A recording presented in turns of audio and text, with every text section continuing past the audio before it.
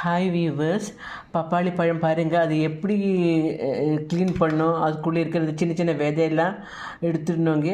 அது மட்டும் இல்லை, அது பார்த்தீங்களா, அதுக்குள்ளே ஒரு நூல் மாதிரி ஒன்று இருக்குது, அதெல்லாம் எடுத்துடணும். எனக்கு குழந்தைங்க சாப்பிடும்போது தொண்டையில் மாட்டக்கூடாது.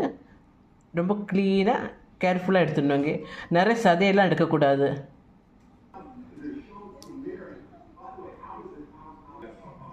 பார்த்தீங்களா, அந்த நூல் ஒரு மாதிரி இருக்குமே, நூல் மாதிரி, அதெல்லாம் நகர்த்திடலாம். இந்த மாதிரி ரொம்ப சரியாக இருக்கக்கூடாது.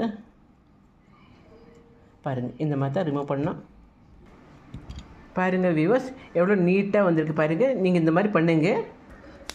இப்போ கொஞ்சம் சாட் மசாலா ஆட் பண்ணலாம். கொஞ்சோண்டு பிளாக் சால்ட். இப்போ ஒரு சர்விங் பவுலில் மாற்றலாம். இதோ வியூவர்ஸ், நம்ம பப்பாயா சாலட் ரெடி ஆகிடுச்சு. நீங்களும் இது மாதிரி பண்ணி என்ஜாய் பண்ணுங்கள்.